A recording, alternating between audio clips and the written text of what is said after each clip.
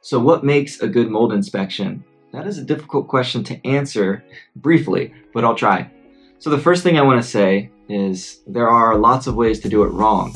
And you've probably seen this in your Facebook groups or amongst friends, where if you're a homeowner, you might hire a mold inspector to come out, you spend thousands of dollars, and all they do is just take a bunch of tests.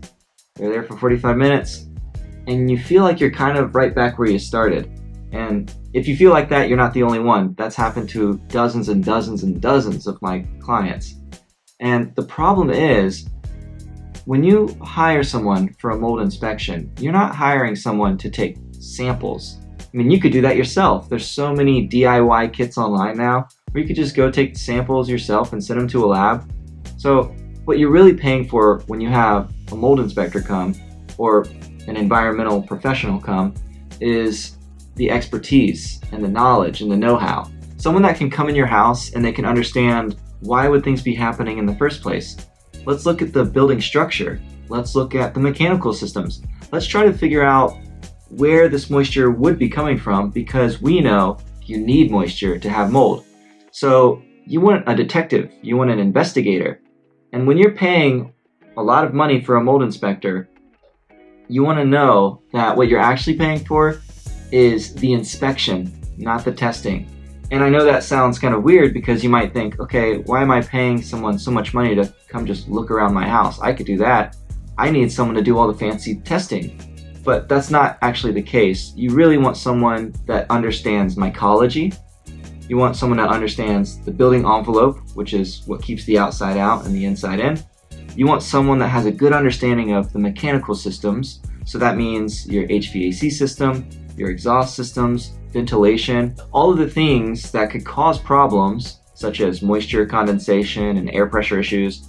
You want someone that can understand those very, very well. That way, when they come to your house, they could do anything they want without any testing and find issues. I always say, if I had a choice to take all of my equipment that's in my car, the thousands and thousands of dollars of equipment in my car, to a job, but leave behind my know-how and a flashlight, I would never do that.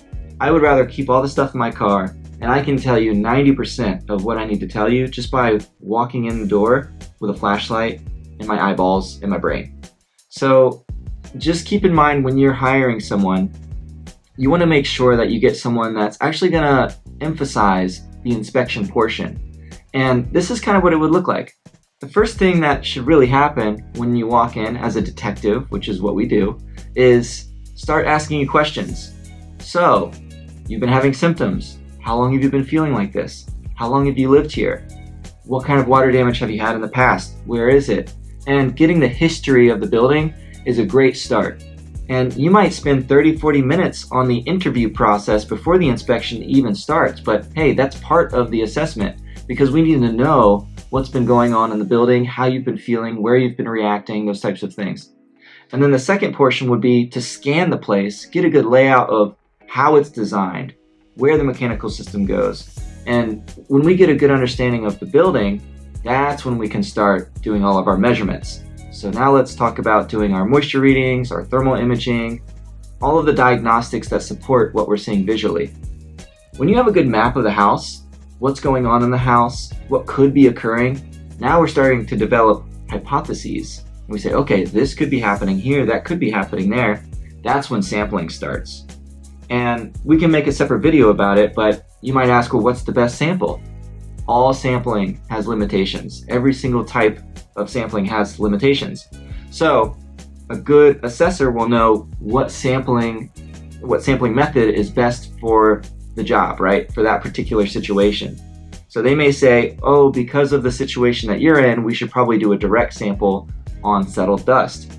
Or because of the situation you're in, we should probably do PCR testing and send it to a lab to get, analysis for DNA or mycotoxins.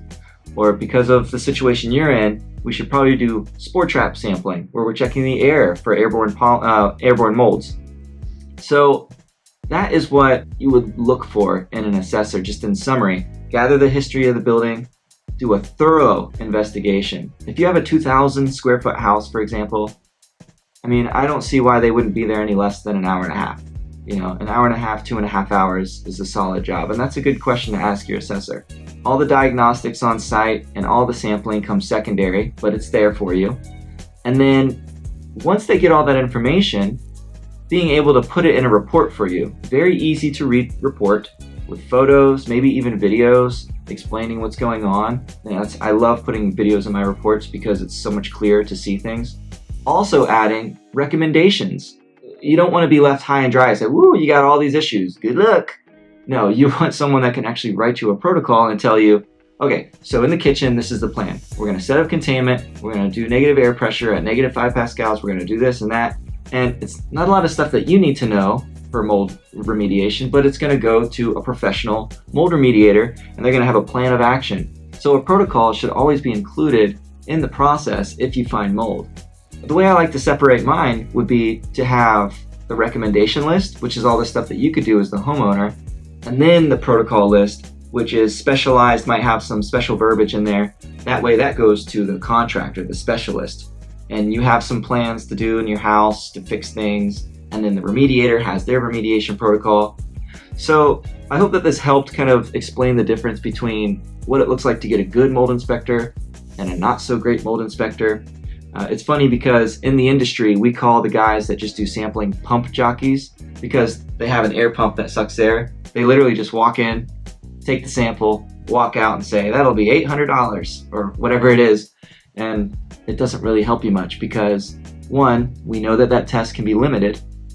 2, even if they found mold, they don't tell you where it is, where it could be coming from, how to fix it, nothing like that. So when you're finding an inspector, make sure you're paying for a thorough investigation. That's the main thing that I can tell you, and I hope it helps.